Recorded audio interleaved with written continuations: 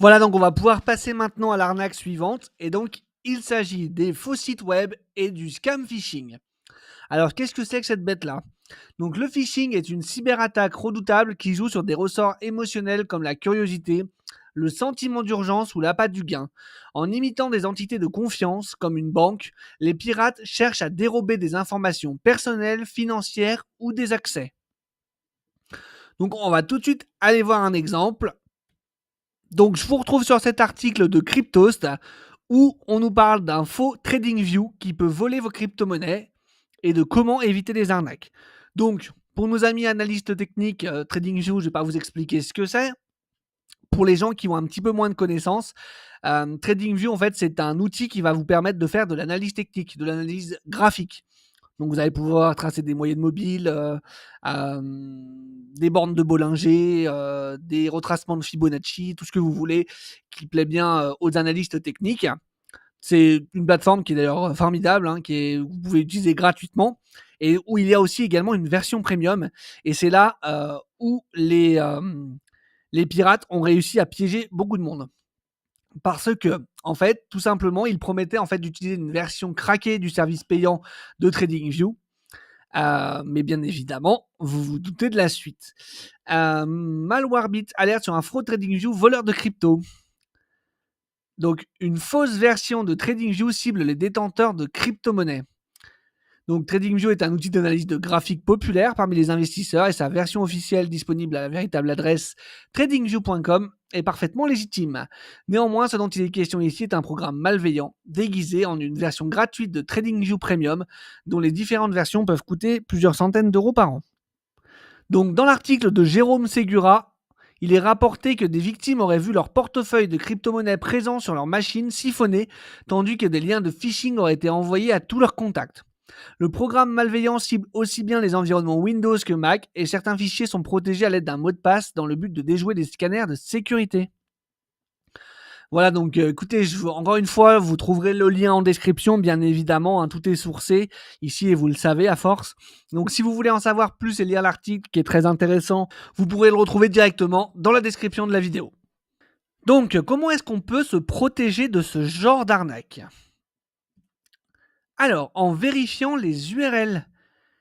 Là, dans notre exemple, j'imagine que ce n'était pas du tout l'URL tradingview.com, mais probablement qu'il y aurait eu un U à la place du W ou un V à la place du W à un moment donné, ou alors au lieu de .com, c'était .co.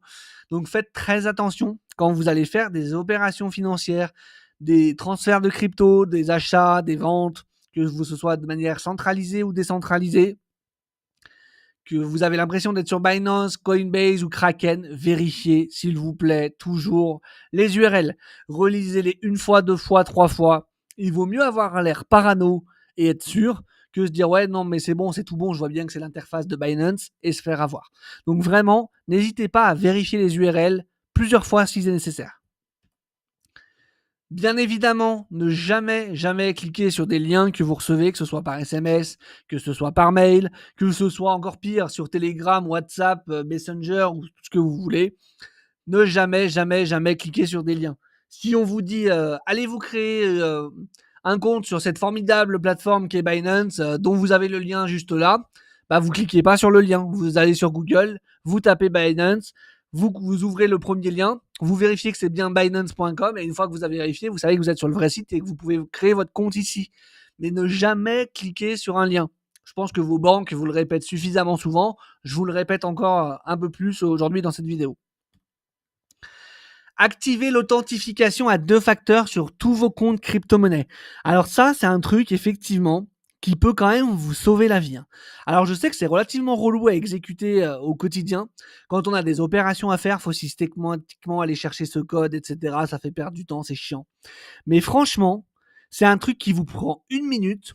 Vous installez Google Authenticator sur votre téléphone portable et vous activez, que ce soit sur Binance, Kraken, Coinbase ou n'importe quelle plateforme, vous activez l'authentification à 2 facteurs. À chaque fois que vous allez devoir faire une opération, vous aurez juste à aller récupérer le code sur Google Authenticator qui change toutes les 30 secondes ou toutes les 1 minute, je ne sais plus. Mais vraiment, c'est quelque chose qui peut vraiment vous sauver la vie. Alors, c'est pas dit que ça marche dans 100% des cas et qu'il n'y ait pas des hackers qui arrivent vraiment à passer au-delà ou même à scanner votre téléphone pour récupérer les codes ou que sais-je. Je suis loin d'être un expert en cybersécurité, même très loin. Donc c'est pas dit que ça marche dans 100% des cas, mais n'empêche, je pense que ça peut quand même vous sauver la vie 9 fois sur 10, minimum.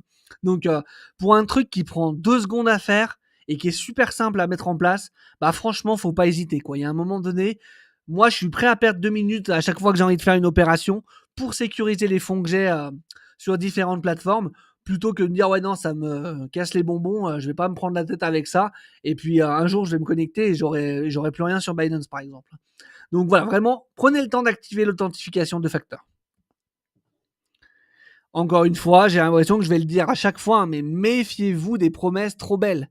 Bien évidemment, encore une fois, si quelqu'un vous contacte par Telegram, par Messenger, par WhatsApp, que ce que vous voulez, en vous promettant des conseils pour investir votre argent avec des rendements mirobolants, bah déjà, si c'est quelqu'un que vous connaissez pas, bah en fait de base, t'es qui toi, d'où tu me parles, hein.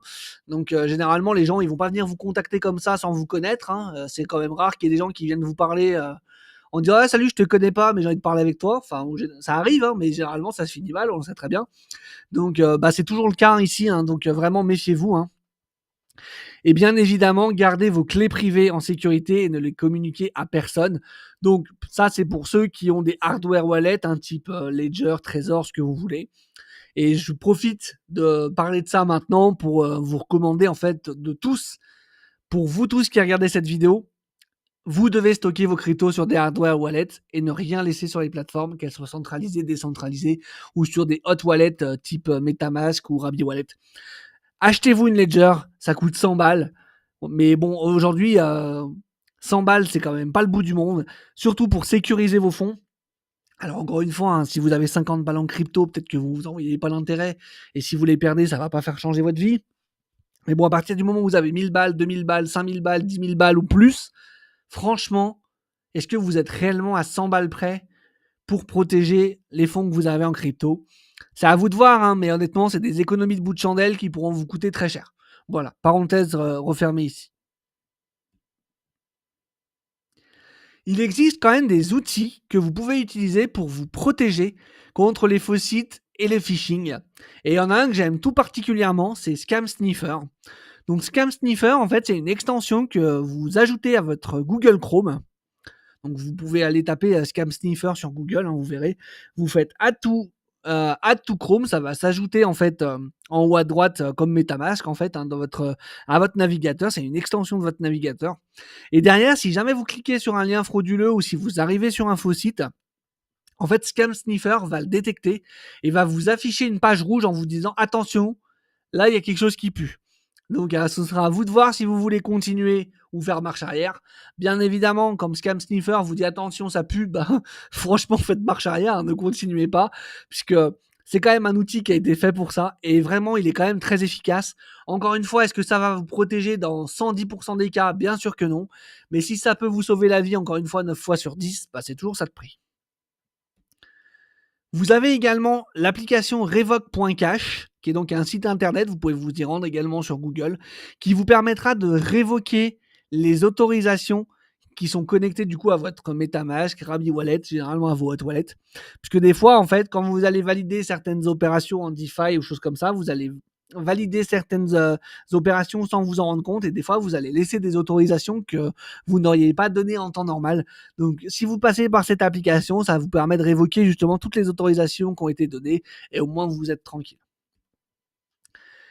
Les explorateurs de blockchain comme Etherscan ou la BSC Scan, bien évidemment, quand vous avez des adresses de contrat, si vous faites des opérations en DeFi qui vous paraissent suspectes, qui vous paraissent bizarres ou étranges, n'hésitez pas à aller les checker là-dessus pour voir s'il n'y a pas déjà des remontées qui ont été faites et si ça clignote pas rouge de tous les côtés. Voilà, donc on va pouvoir passer à l'arnaque suivante, qui est donc les chatbots IA. Alors, qu'est-ce que c'est qu'un chatbot IA? Au niveau le plus fondamental, un chatbot est un programme informatique qui simule et traite une conversation humaine, écrite ou parlée, permettant aux humains d'interagir avec des terminaux digitaux comme s'ils communiquaient avec une personne réelle. Les chatbots peuvent être aussi simples que des programmes rudimentaires répondant à une requête simple, avec une réponse sur une seule ligne, ou aussi sophistiqués que des assistants digitaux qui apprennent et évoluent pour fournir des niveaux de personnalisation croissants à mesure qu'ils collectent et traitent des informations. Bon, bah, voilà, écoutez, aujourd'hui, je pense qu'on connaît tous, ChatGPT, hein, donc niveau chatbot IA, bah, ChatGPT, c'est un chatbot IA. Donc comment les escrocs se servent de ça pour pouvoir nous arnaquer? Donc, bah, une des arnaques, les plus connues qu'il y a, ce sont les arnaques sentimentales. Et je trouve ça dramatique d'ailleurs parce que ça joue sur la faiblesse de gens qui se sentent seuls, qui sont déjà isolés, qui sont déjà souvent quand même pas très heureux dans leur vie. Et en plus de ça, donc on a des connards, hein, permettez-moi l'expression, qui vont venir exploiter ce genre de faiblesse pour profiter des situations et extorquer des fonds. Et je trouve ça vraiment dégueulasse. Donc voilà. J'ai trouvé un article qui parle plus en détail de ça. Je vais vous retrouver tout de suite dessus. Encore une fois, je vous mettrai le lien en description comme d'habitude, hein. Donc cet article, il nous dit qu'il n'y a pas que des arnaques sentimentales, hein, quand même, dans ce genre de cas de figure. Donc vous pourrez le lire, il listera d'autres choses. Et il donne également un petit peu quelques conseils pour comment se protéger là-dessus. Donc je vais vous lire quelques lignes et puis bien évidemment, comme d'habitude, je vous laisse l'article en description. Donc, les escrocs contactent généralement les victimes via les réseaux sociaux ou les applications de rencontres. Ils envoient également des messages SMS accidentellement pour entamer des conversations avec les victimes. Évitez de répondre à des messages non sollicités et bloquer ou signaler la personne qui les envoie. Les fraudeurs gagnent progressivement la confiance de leurs victimes avant d'aborder le sujet de l'investissement. Méfiez-vous de tout conseil d'investissement promettant des profits importants. Évitez de partager des informations personnelles et financières avec un contact en ligne. Puisque les arnaqueurs veulent que leurs victimes leur fassent confiance, certains promettent des cadeaux extravagants ou des voyages de rêve à l'étranger. Si les promesses du soi-disant arnaqueur semblent irréalistes, il est préférable de les bloquer. L'arnaqueur convaincra la victime de télécharger une application d'investissement et d'effectuer des transactions avec lui pour lui montrer comment cela fonctionne. La plateforme permettra d'abord les petits retraits. Par la suite, lors de demandes de retrait plus importantes, la plateforme peut imposer des taxes ou des frais et informer la victime que son compte a été gelé et que le paiement des frais est la seule solution. Le site recommandé par l'arnaqueur peut avoir une URL mal orthographiée. Assurez-vous toujours à 100% que vous utilisez un site web légitime. Plus les personnes sont sensibilisées aux escroqueries, moins ces dernières auront du succès. Par conséquent, la nature de l'escroquerie évolue constamment. Se tenir au courant des dernières tendances en matière d'escroquerie vous aidera à rester à la page. Voilà, donc comme vous le voyez ici, il y a déjà des choses dont on a parlé, hein, vous voyez, vérifier les URL, ne pas faire confiance à des gens qui vous contactent sans vous parler. En fait, on se rend compte que bien souvent, c'est pas une seule escroquerie, mais que toutes les techniques d'escroquerie qui sont utilisées dans chaque escroquerie dont on a parlé, globalement, elles sont utilisées à peu près dans toutes les escroqueries dont on a parlé. Ils reprennent à chaque fois tous les mêmes ficelles et du coup, les moyens de s'en protéger sont également souvent les mêmes aussi. Donc voilà, je vous laisserai encore une fois l'article en description pour que vous puissiez le consulter si jamais ça vous intéresse. Donc là aussi, ce qu'on pourrait noter, dont j'ai pas parlé encore dans cette vidéo par rapport à ce qu'on vient de lire, c'est qu'en fait, voilà, bien souvent, par exemple, donc quelqu'un va vous contacter comme ça pour vous vendre un placement mirobolant et il va vous dire non, non, mais vous inquiétez pas, c'est le site Binance. Et donc vous allez cliquer sur le lien que cette personne va vous envoyer et vous allez effectivement avoir l'impression d'être sur le site de Binance, c'est-à-dire que vous aurez exactement la même interface.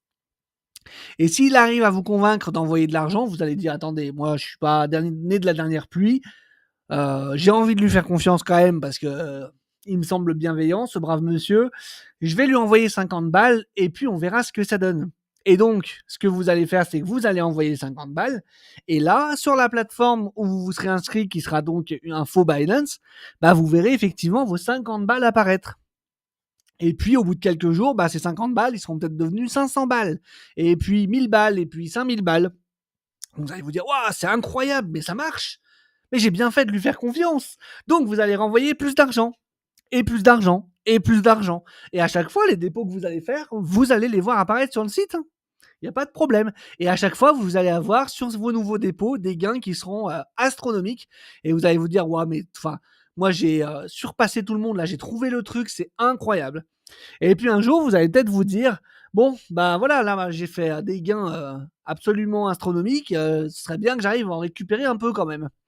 Et bah comme vous vous en doutez, c'est là que les problèmes commencent, parce qu'en fait votre argent, il n'a jamais été versé sur la moindre plateforme, il est déjà parti bien ailleurs. Et en fait, la seule chose que vous avez, en fait, c'est un écran qui est contrôlé par les fraudeurs et qui affiche en fait des chiffres qui sont complètement aléatoires. Enfin, ils sont pas aléatoires, ils les font travailler pour vous, mais c'est des chiffres qui sont complètement fictifs. et en fait, votre argent, il est absolument pas à cet endroit et il est déjà loin et vous récupérerez jamais, en fait, le moindre centime et le temps que vous vous en rendez compte, bah, parfois, ça prend plusieurs semaines, plusieurs mois et parfois, vous avez transmis des milliers, voire des dizaines de milliers d'euros ou de dollars et donc c'est assez vite, dramatique, hein. Donc voilà, méfiez-vous, hein, de ça, hein, vraiment. Donc, comment se protéger? On a déjà vu un petit peu des exemples dans l'article, mais j'en ai noté quelques-uns qu'on va reprendre ensemble. Donc, ne jamais répondre à quelqu'un que vous ne connaissez pas sur WhatsApp ou Telegram. On en a déjà parlé tout à l'heure, même sur Messenger, sur Facebook, ce que vous voulez, hein. À partir du moment où quelqu'un que vous ne connaissez pas vous contacte, vous répondez pas, en fait, tout simplement. Ne jamais envoyer de la crypto à quelqu'un que vous ne connaissez pas, ça reprend un petit peu ce qu'on s'est dit juste avant. Méfiez-vous des conseils en investissement non sollicités de personnes inconnues. C'est quand même rare que vous croisez quelqu'un dans la rue et qui vous dit «Hey, salut, je te connais pas, mais en fait, ça te dirait d'investir sur mon truc, tu vois, tu vas devenir riche». Vous allez vous dire «Il est taré celui-là». Bah, en fait, sur internet, c'est pareil, hein, donc voilà, méfiez-vous, hein. Et encore une fois, j'ai l'impression de le répéter à chaque fois, mais parce que c'est vraiment le dénominateur commun de chacune des arnaques, hein. Méfiez-vous des promesses irréalistes.